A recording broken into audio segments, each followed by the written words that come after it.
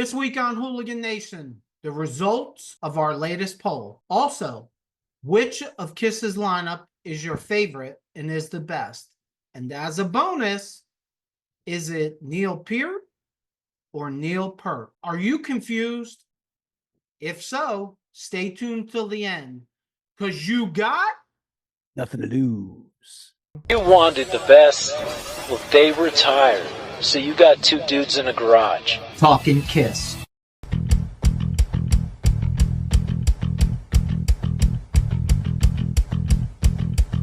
Welcome back to Hooligan Nation, a KISS-Centric podcast. I'm Anthony. And I'm Rocco. Hey, yo, Rocco! Rocco, today we're going to rank every lineup of KISS. So in other words, this could be a 3-hour episode. Well, we definitely get out there in the weeds, so that's possible. Oh, yeah. That's where we live, out there in the weeds. But before we get into that, we got some really cool, I don't know if it's really cool news, but we got some really interesting news, some music we're listening to. And again, we successfully did another poll, and its outcome was very interesting. But first, recap. You got any additional thoughts on the legendary Monster album? There were some good songs in there, but I don't know if it's an album that I would really reach back to a lot. But if songs would randomly pop up on Spotify, I wouldn't skip them. It's a middle of the road record.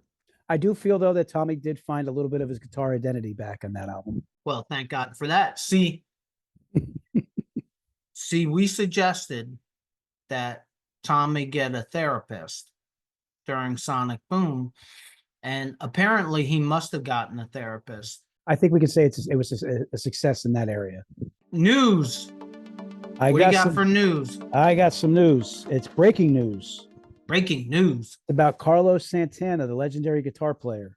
From classic rock, ultimate classic rock, Matthew Wilkening. On April 22nd, Carlos Santana was doing a sound check and getting ready for a show, and he was hospitalized after collapsing. It's described as a non-life-threatening condition, and it was considered to be from hydration.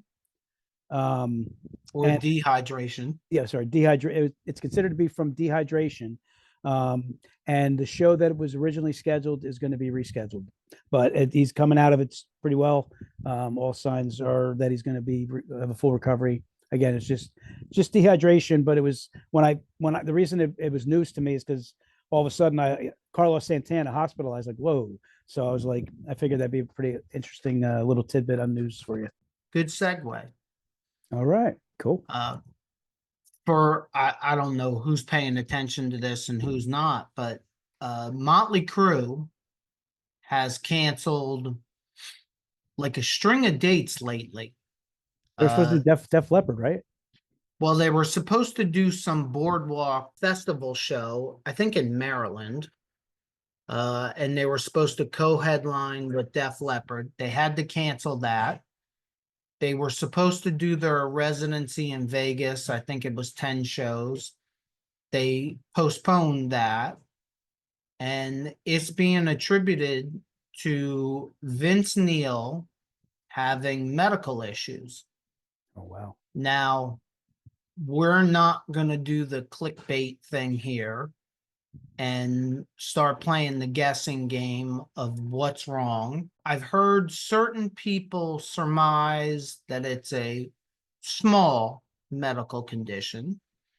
And then I've heard others say it's a big medical condition. So, like I said, we're not going to play the guessing game of what it is. We're going to wait to find out what it is. But I do love Motley Crue. Me too. I absolutely love Motley Crue with John Corabi, but there is no Motley Crue, unfortunately, without Vince Neil. So I hope Vince Neil, I hope it's a little medical thing, and get well soon, Vince. Speedy recovery. Music we're listening to. Okay, I got a couple different things, and a couple of them are just individual songs, and then I'm listening to a band that I used to listen to a long time ago that I found an old cassette of mine that's going to make you laugh when you hear the name, but I'll do that last. The first band individual song is Blackstone Cherry, song "I Miss You." Really good tune. Wow, that's a Blackstone Cherry song that I don't know that I've ever heard. It's relatively new. I was looking at new music because I'm always going back in the vault backwards, and it's listed as a new song, a relatively new song. And then the band Animalize, spelled AnimalYze. The Never, song, huh? never heard of them. New band, new again along the lines. They're listed as glam metal.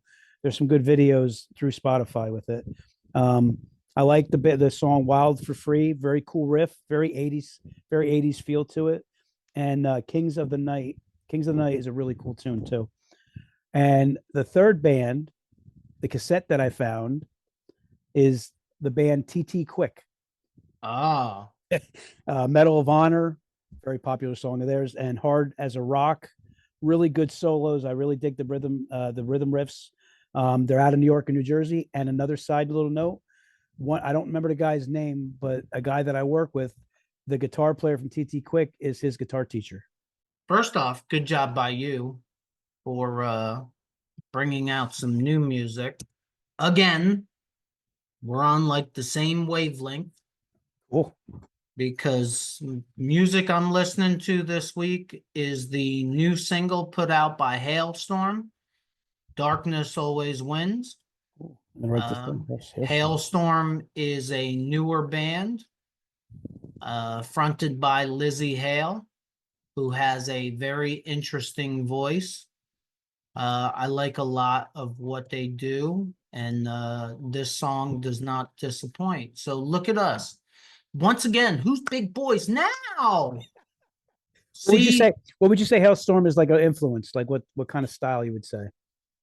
Real heavy or no, there's somewhere I would say they're a hard rock, okay. maybe a little harder than a hard rock band. Like a Black Crows, maybe? A little harder than Black Crows, I would say. Okay. Like they're not Judas Priest level, but they're maybe somewhere between 1980s Kiss and Judas Priest. Oh, you Let's sold say. me. I'll be checking them out when we get done. Cool. Let's say. And she's got such an interesting voice. And finally, before we go on to our main topic, before we get to the main event, we did another poll. Do you know what the poll was? I think I actually submitted into it, but I don't know if it's the same poll. It's a good thing we don't do tests here. But I definitely failed it because I did click on one of the polls. I'm trying to think. When you say it, I'll know right away. So this poll we have given 6 days. And the subject was, what's your favorite Kiss album? Your choices were Carnival of Souls, Unmasked, and Music from the Elder. Father Rocco, the rock of this podcast. Number one, what's your choice? Carnival of Souls. And number two, what do you think the audience's choice was? It wasn't Carnival of Souls. I would say, actually, I'm gonna take a guess. I didn't look at it. I'm gonna say guess and say the Elder because you got kind of that tone. Well, you couldn't be wronger. Really? So Carnival of Souls squeaked out a win with 50% of the votes. Unmasked came in second at 47%, and the Elder limped in at a lonely, lowly 3%. Oh wow. Wow. So it's kind of a photo finish with the first two. That is the audience poll, and we took it from our Facebook group page, Hooligan Nation, the KISS-Centric podcast Facebook group, in case anybody's interested and wants to go over there. And if you go over And there, if you go over there, put suggestions and things like that too. Trivia if you want. It's actually a pretty fun group. and we also took the results of the poll from our community posts. So I believe we have another poll coming up. It might come out tomorrow. Might come out tomorrow. So I kind of like the polls, and so far I think both of the polls that we've successfully done, I didn't expect them to come out the way they came out. I actually expected Unmasked to win this. Yeah, we got a lot of old school. I actually I am surprised about and that. it was very close. I mean, 50 to 47. It's not like we got 10,000 votes. So it was probably a couple votes here and there. Hey, let me ask you a question. What do you got? Do you YouTube? I'm always on YouTube. When you YouTube, how do you support the YouTubers that you like? If I find something I dig, I subscribe to it and I hit like right away. That's a great idea. I'm sure the creators appreciate your support. I would think so. You think maybe now's a good time to ask everyone in the audience to support us? Absolutely. To everyone in the audience, please subscribe to our little channel. And while you're there, hit the like button. We're enjoying what we're doing and we want to continue to grow the hooligan community. We appreciate all your support. Absolutely. That brings us to our main event. What is your favorite lineup of KISS? We will be going now. Let's lay the rules down, or the guidelines that we followed. It was any official lineup of KISS, whether they recorded an album or not, and whether they toured with the band or not. So we did not, although we were seriously considering including Anton Fig in this, we didn't. But we did include Tommy Thayer, Eric Singer, Mark St. John, Vinnie Vincent, Bruce Kulick, Eric Carr. We included all of them plus the original 4 members. And we compiled the list, and there is 10 total lineups. So we will start with our least favorite lineup. You want to go first, or you want me to go first? You can go first. Oh, well, thanks. My least favorite lineup is the lineup from 2002 to 2004, Gene, Paul, Peter, and Tommy. My reasoning for this is probably one of the simpler reasons. It's hypocritical. Now, before anybody jumps on me, I've said this before. I'm a hypocritical KISS fan. So there's no judgment in this.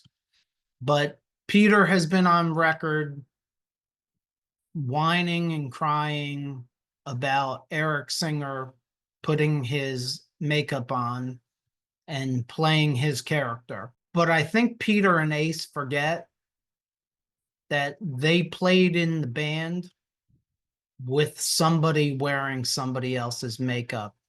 And when they were being paid for it, they didn't seem to complain too much until they weren't getting paid for it at all. So that is really my reason for it. If it's okay for Tommy to wear Ace's makeup when Gene and Paul are paying Peter, then it should be okay for Tommy and Eric Singer to wear Peter and Ace's makeup. I got to say this was hard for me because my favorite all-time drummer is Eric Carr. So I can't have a lineup that he's included in as my least favorite. So Sounds like you got a problem, or sounds like that's your problem. yeah, well, it makes it a problem. So my least favorite is probably it's probably the same 2002 to 2. I'm not copping out, but Gene, Paul, Peter, and Tommy Thayer, because that version of Peter was a shell of what he once was. Tommy's the least of, I like Tommy a lot, but he's the least of my favorite guitar players with Kiss. Um, so yeah, I'm gonna probably say the same thing for that. Dude, you got to get control of your emotions. This has to be mathematical and analytical, If not you think emotional. if you think about it, it is mathematical. Peter's not what he used to be. That's the math. And Eric Singer is probably, if you look at just pure talent, he's probably the most talented drummer they ever had. Even though I love Eric the best. I don't even think that's an argument. Eric Singer, musician wise, is by far. I think the only one that could probably challenge Eric Singer is Anton Fig. How's that? That's actually a really good take there. What do you think, hooligans? Oh, yeah, I can't wait for what they think. My next one, my number 9 is 2001 to 2002, Gene Paul, Ace, and Eric Singer.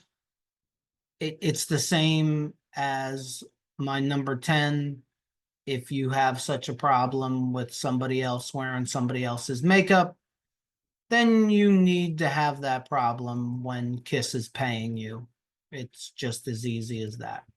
So we got the easy ones. For me, the easy ones are, well, there's one more easy one, and then it gets tough.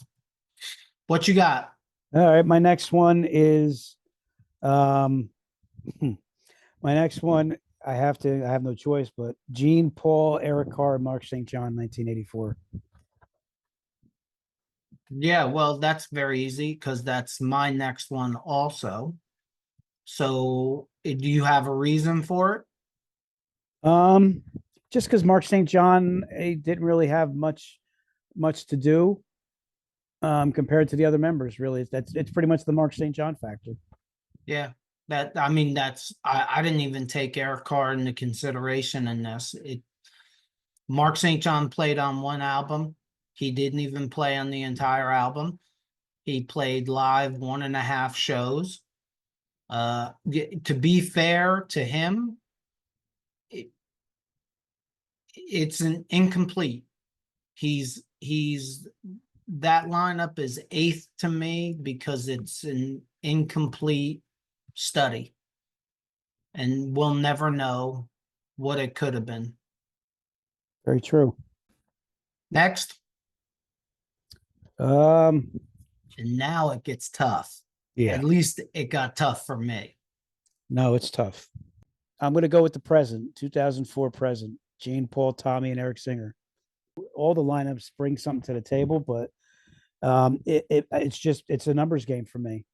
I mean, to me, Tommy and Eric, they were hired guns, really good musicians, but I can't with the other with the other lineups, I can't put them above them. My number 7 list is Gene, Paul, Ace, and Eric, 1980 to 1982.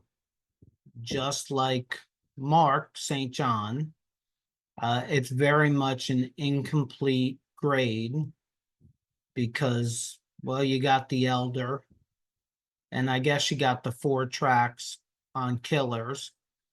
But other than that, the band was in a big transition.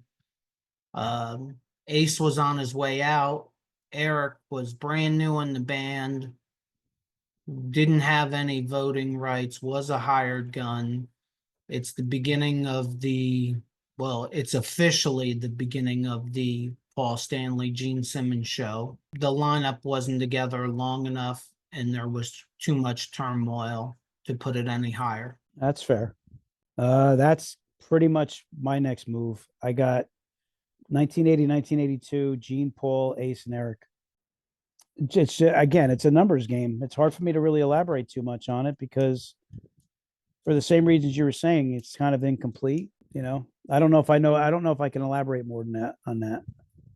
My number 6 is Gene, Paul, Eric Singer, and Tommy, 2004 to present.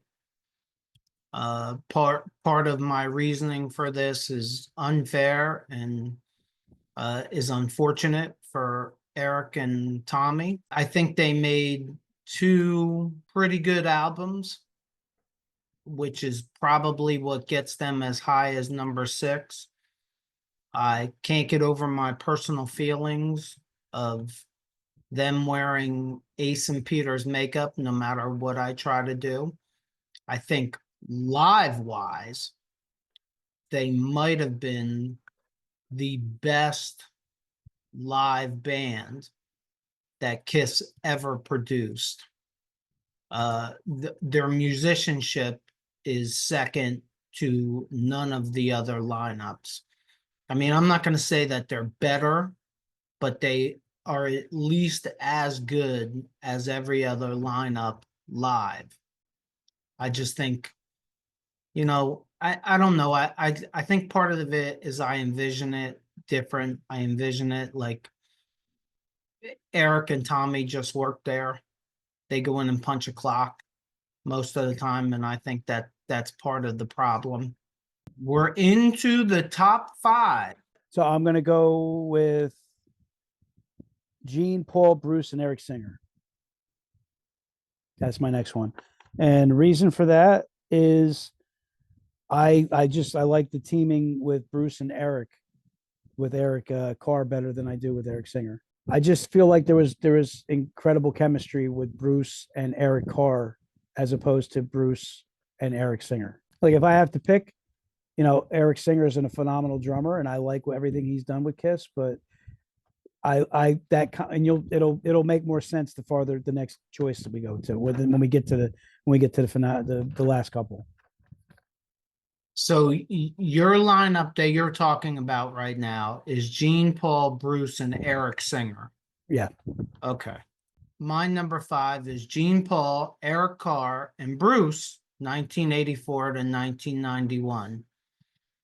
From this point on, it's not really anything negative.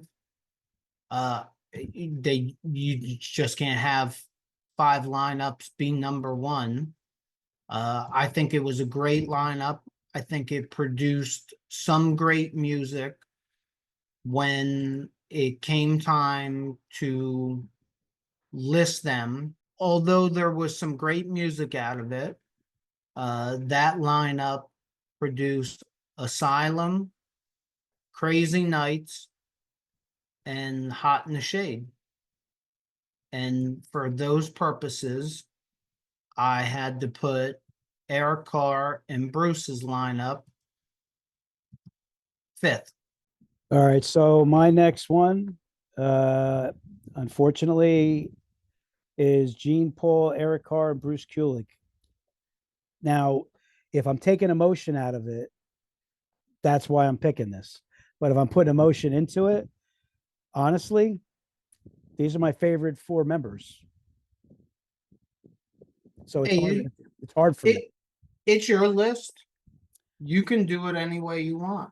I know, but what's making it hard for me is the albums are on the level of the ones that are above this. If we're going by the albums, if we're going by the actual members and the way I feel about them as members of KISS, it's not even close. This is my favorite lineup. But if we're going based on this is our podcast. You can go by anything you want to go by. I mean, I don't know what to tell you other than that. I went more of the analytical route and tried to take the emotion out of it just because I can't have 7, 8, 9, 10 number 1 lineups. You can do it however you want to do it. Yeah, but personally, I don't think I mean, Vinnie Vincent would never be like on one of my top of my lists as far as like a member, but that album and what he's done with KISS, that can't be lower. That can't be lower than that. So, I mean, based on the 3 albums that Bruce and Eric did together, it still doesn't compare to Creatures. So that's where I'm having my inner turmoil with it. So that's going to be the next one that comes off the list is Gene, Paul, Eric Carr, and Bruce Kulick. I'm going to stick with that. Next on my list is my number 4 lineup. Gene, Paul, Eric Carr, and Vinnie Vincent, 1982 to 1984. That lineup is as high as it is because of Creatures of the Night and Lick It Up.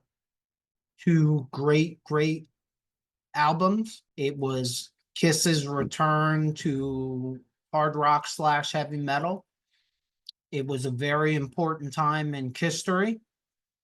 If they would have made another misstep, we might not be here talking about the Rock and Roll Hall of Fame band KISS. They might be an afterthought. Musicianship wise, and strictly musicianship wise, look, we all know Eric Carr was in a lot of ways an upgrade from Peter Criss, musician wise.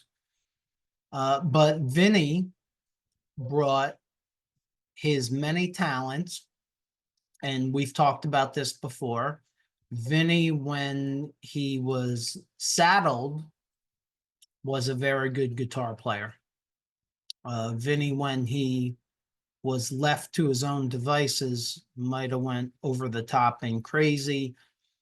And although he was saddled in the studio, if you watch any live shows from that era, you can see that Vinny was very much out of control a lot and didn't know when to stop, which is part of the reason why that lineup finds themselves 4th. But they did produce two great records. No, Vinny didn't play on all of Creatures of the Night, but he did play on all of Lick It Up, and he co-wrote, I think, 8 songs on Lick It Up, 3 or 4 on Creatures of the Night.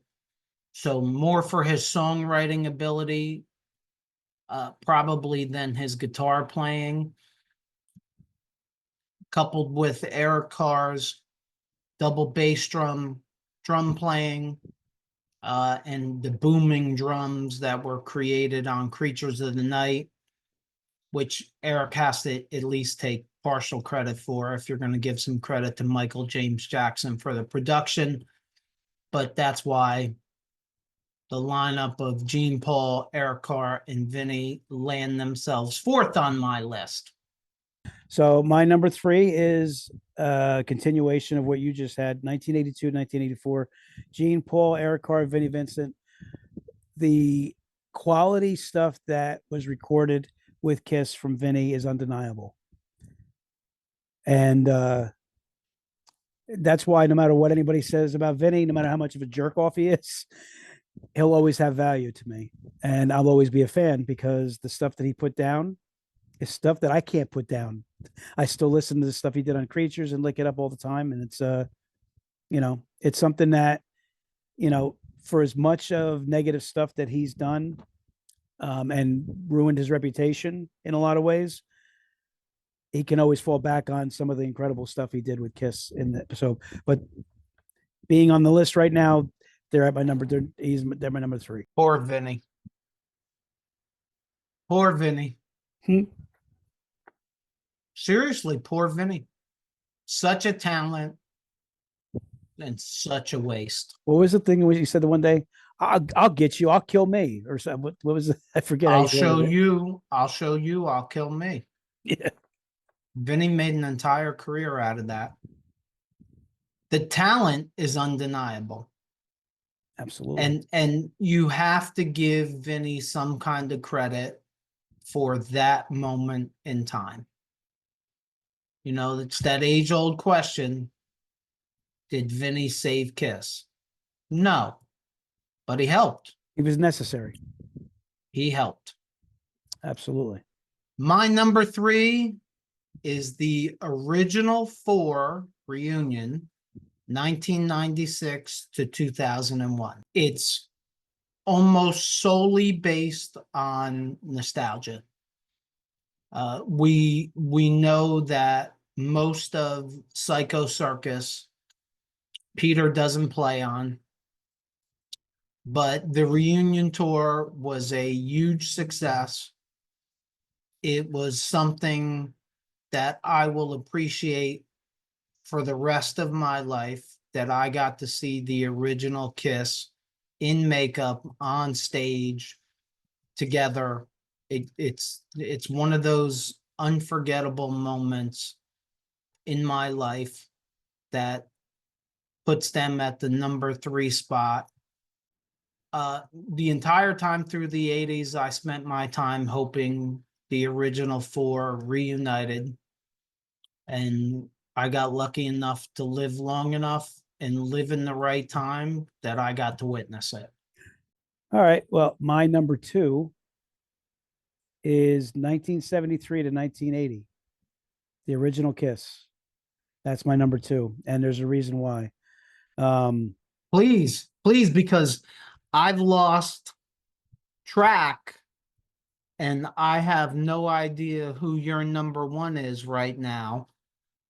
And go ahead, please explain. Okay. So the reason I have that is because I wasn't alive to see them when they first started out.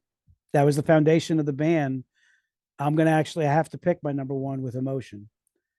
So the 1973 and 1980, the only way that you can top that version of Kiss is to come out and give me a chance to see the original band. That's why, well, I mean, that pretty much says it in a nutshell there. I won't argue with you. I mean, when I compiled my list, because of things like YouTube and DVDs and everything, I kind of didn't look at it like that, but it's understandable.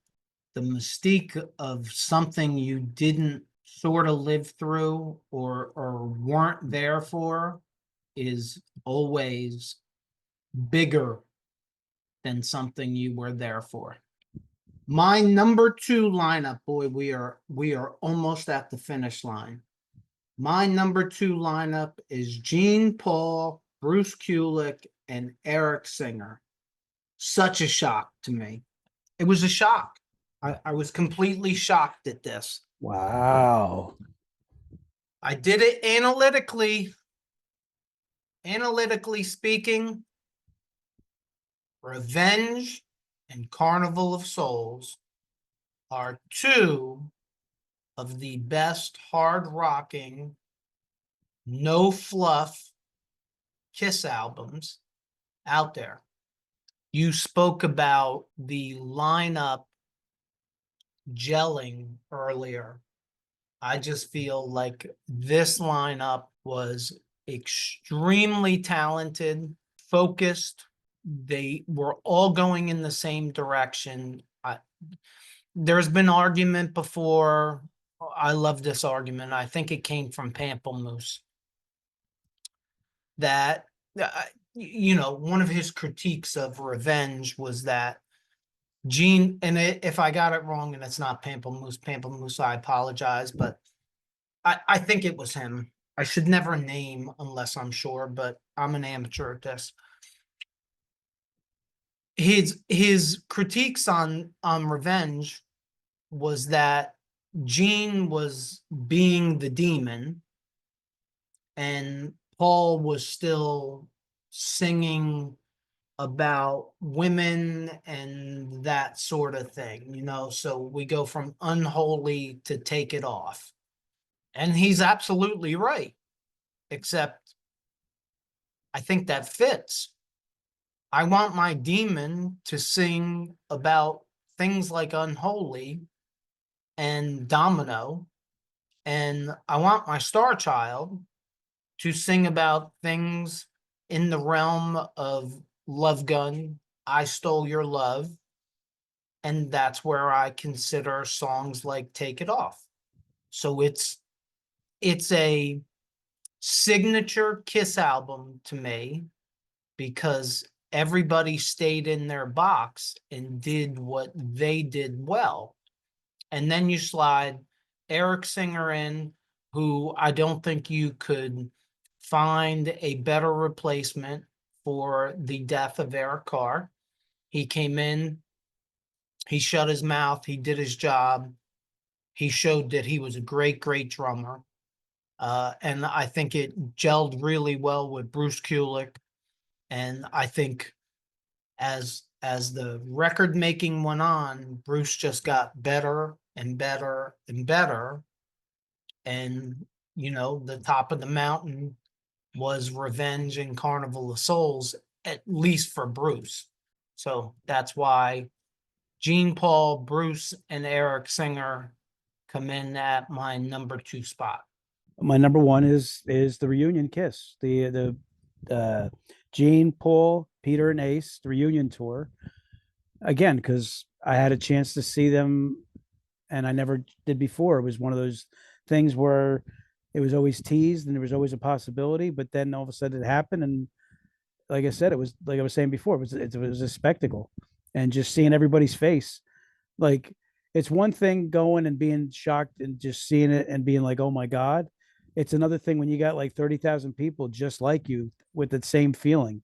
It was an experience I'll never forget. So a lot of times I make my decision based on how it impacted me, not necessarily what they did as far as albums and stuff go. And just like I told you back in the day, a couple weeks ago with Psycho Circus, the song itself and the entrance of the concert impacted me a certain way and stayed with me. That was an impact that I'll never forget because the band that I loved all this time, I got to see the original 4 back, when they got back together. They were a shell of what they once were, but it was still a phenomenal show. You still seen all of the things that they did, back in the day. And from what I remember, they sounded fantastic. It was an awesome feeling and I'll never forget. Dude, them 4 guys could have went out there and sounded like complete shit. I wouldn't be able to give you a true opinion because it didn't matter. You know what? It's like Gene always says, when you wish upon a star, your dreams can come true. You are the king of segueing things today, boy. I don't know how you get When You Wish Upon a Star into this episode, but Because we wished upon a star that we get a chance to see the original band. congratulations for being able to squeak that stinker in on another episode. My number 1 lineup is the original 4, 1973 to 1980. It's hard to argue. And here's my reason why. Kiss, Hotter Than Hell, Dressed to Kill, Destroyer, Rock and Roll Over, Love Gun. That's the first thing. The majority of the epic things that occurred in history happened then. Ooh, that's a mic drop.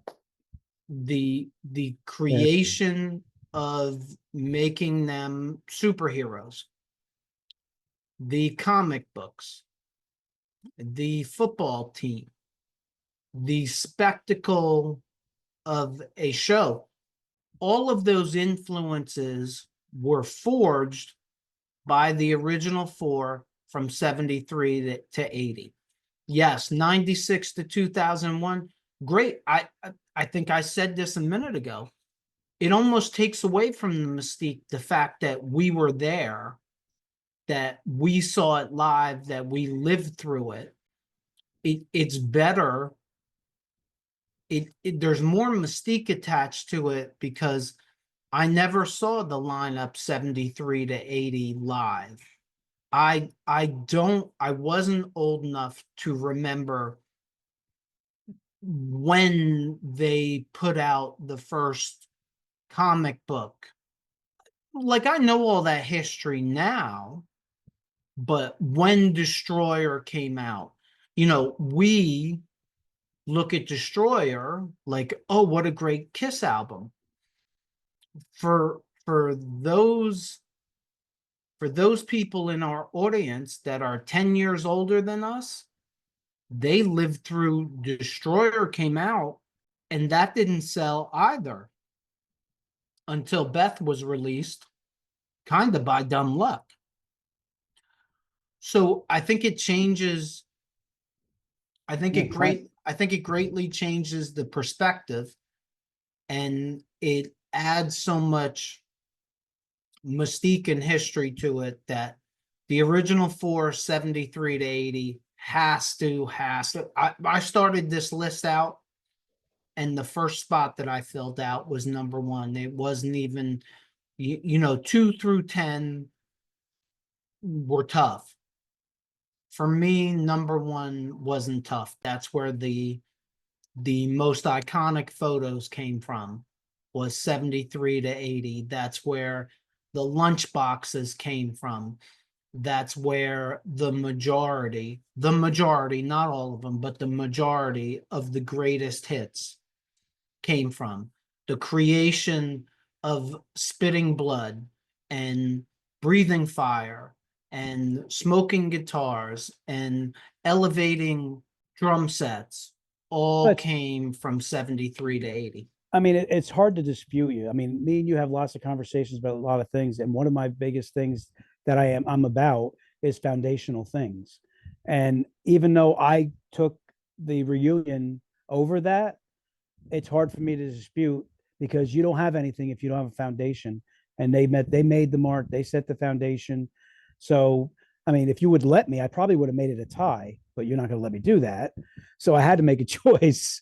But in most things, you don't get anywhere if you don't have a foundation. And those original four members, especially when they peaked with Alive One, it's hard to top any of that. You know what I mean? Even if they just made it to Alive One. That's the great thing about us doing this podcast. I hope it's a great thing for those people in the audience, is it's based on opinions and personal preferences and perspective. And I mean, I look at this list, and I'm not going to tell you that no one can have the wrong list, but for the most part, I could have shuffled some things around and would have been happy with things in different places. I mean, look, if you're watching or listening us and you think that your favorite lineup or the best lineup of KISS includes Mark St. John, I think you should go drug test yourself. But if you're in the realm of common sense, I don't think anybody's list is wrong. It's all subjective. And I don't really think that where the lineups are listed are as important as to the reasoning for it.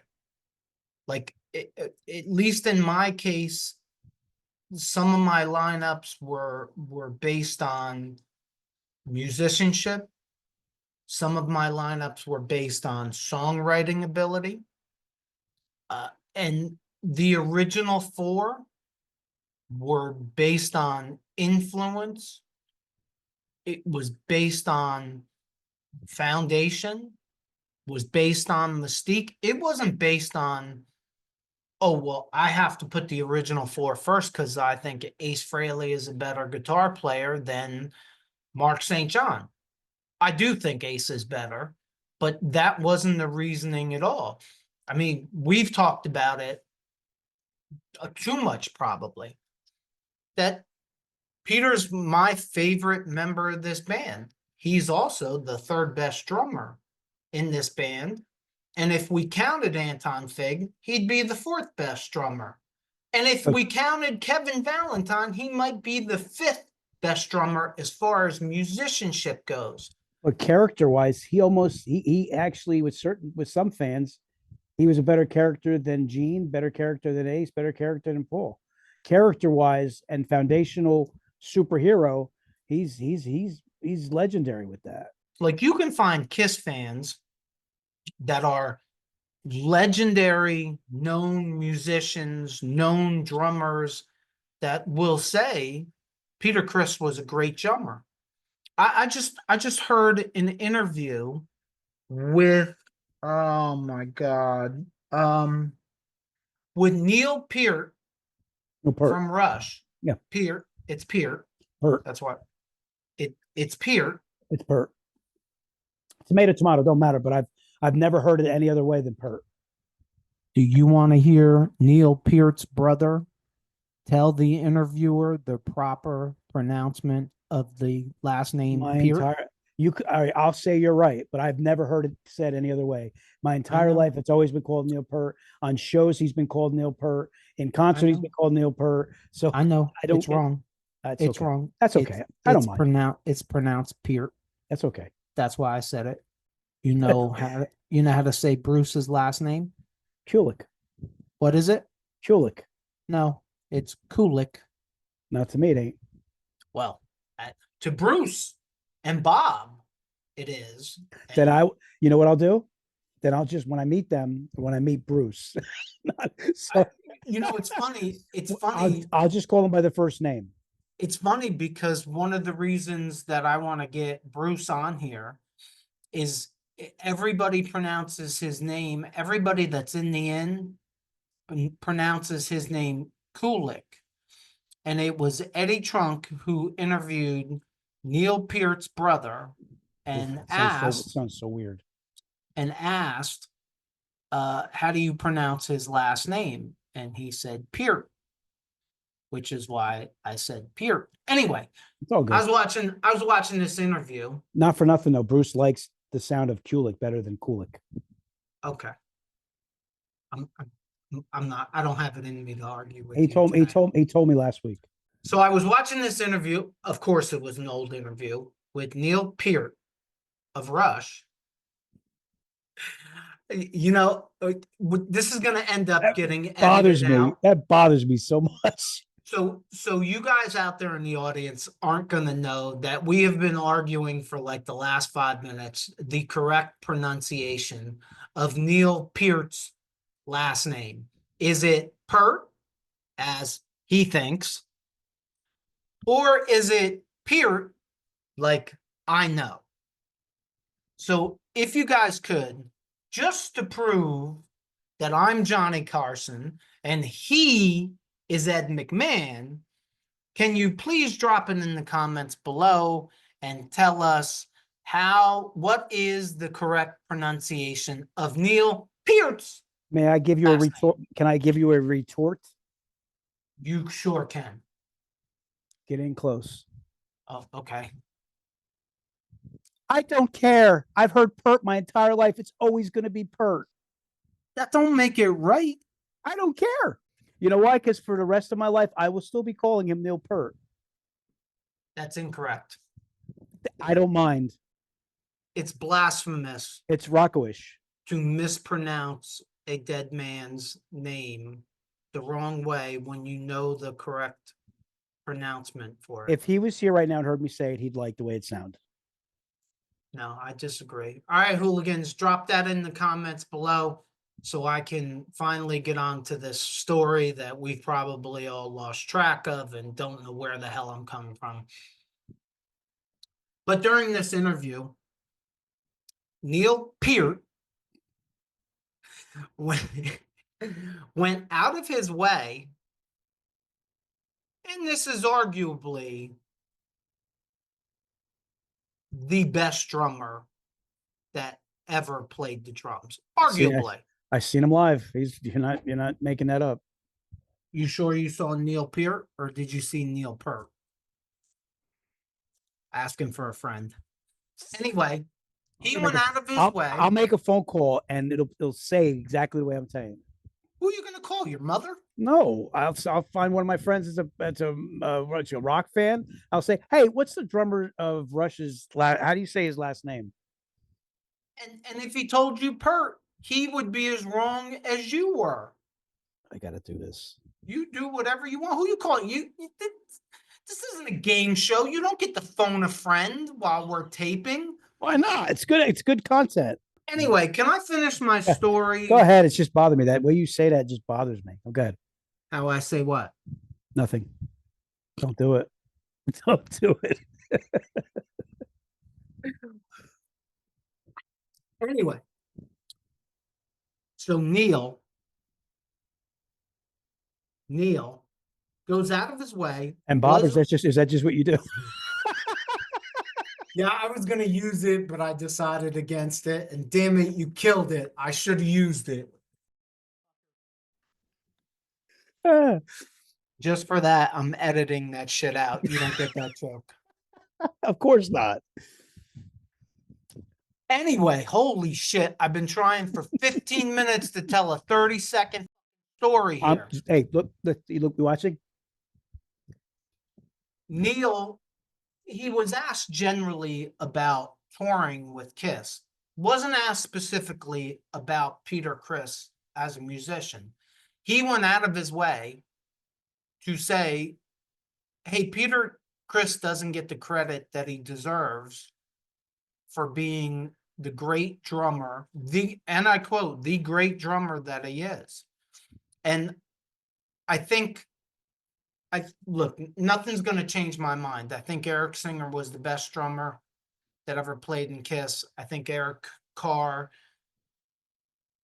Anton Fig, and I guess it's a little bit of a joke about Kevin Valentine because I don't really know much about Kevin Valentine other than Psycho Circus. But by no means does that mean that Peter Criss was a bad drummer. We discussed in the beginning of doing album reviews the signature sound. Well, Peter's drumming style was the signature sound of KISS during that time.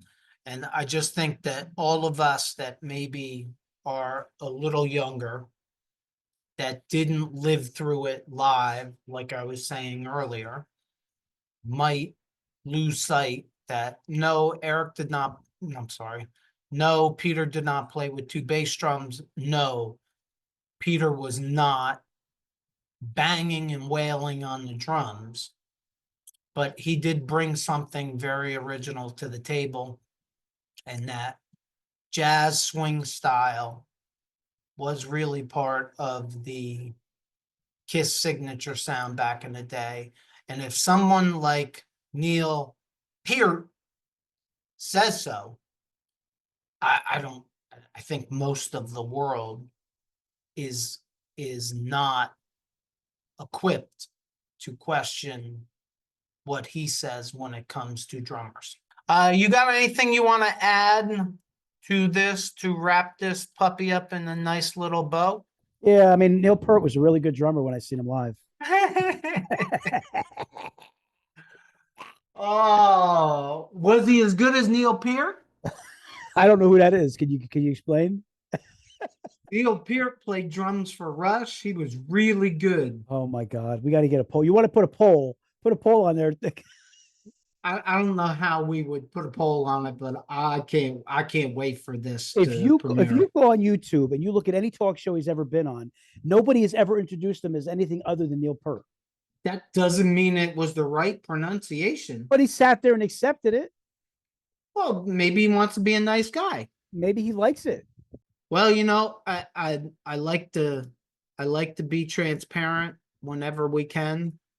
We were a little shaky on this episode. We didn't know how this was going to turn out or if we should do it or not. And truth of the matter is, and I do like to tell the truth whenever possible, up until yesterday, we were going to do another episode about who covered KISS songs best.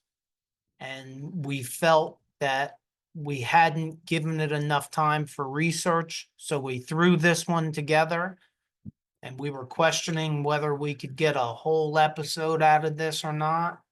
And again, I'm kind of pleasantly surprised. Like Father Rocco said earlier,